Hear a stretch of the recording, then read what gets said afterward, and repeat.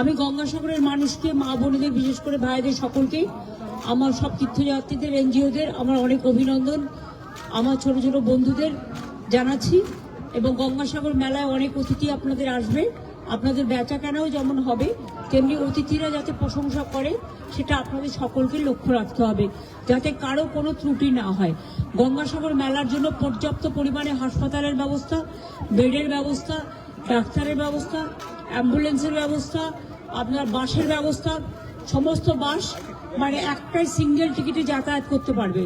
আর 5 লাখ টাকা করে সবার ইন্স্যুরেন্স করা আছে, যদি কেউ দুর্ঘটনা কবলে মারা যায় বা কিছু হয় সেজন্য আমরা পুরো মেলায় যারাই আসে এবং তীর্থযাত্রী সহ, লোকাল লোক সহ, সাংবাদিক সহ, সকলের, অফিসার সহ সকলের একটা ইন্স্যুরেন্স আমাদের করাই থাকে। আর গঙ্গাসাগরের ব্যাপারে যে তীর্থকর ছিল বামফ্রন্টের আমলে সেটা আমরা তুলে দিয়েছি। সুতরাং আমরা মনে করি সবকিছু ভালোভাবে হোক। কালকে আবার আউটরাম ঘাটে প্রোগ্রাম হবে, দেখা হবে। সবাই ভালো থাকবেন, সুস্থ থাকবেন, সুন্দর থাকবেন।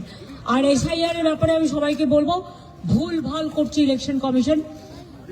জীবিতদের মৃত দেখাচ্ছে, বয়োজ্যেষ্ঠদের নাকে নল পরিয়ে নিয়ে যাচ্ছে এবং যেসব অ্যাপ করেছেন বিজেপির IT সেলকে দিয়ে, সেগুলো ইললিগাল, আনকনস্টিটিউশনাল, আনডেমোক্রেটিক।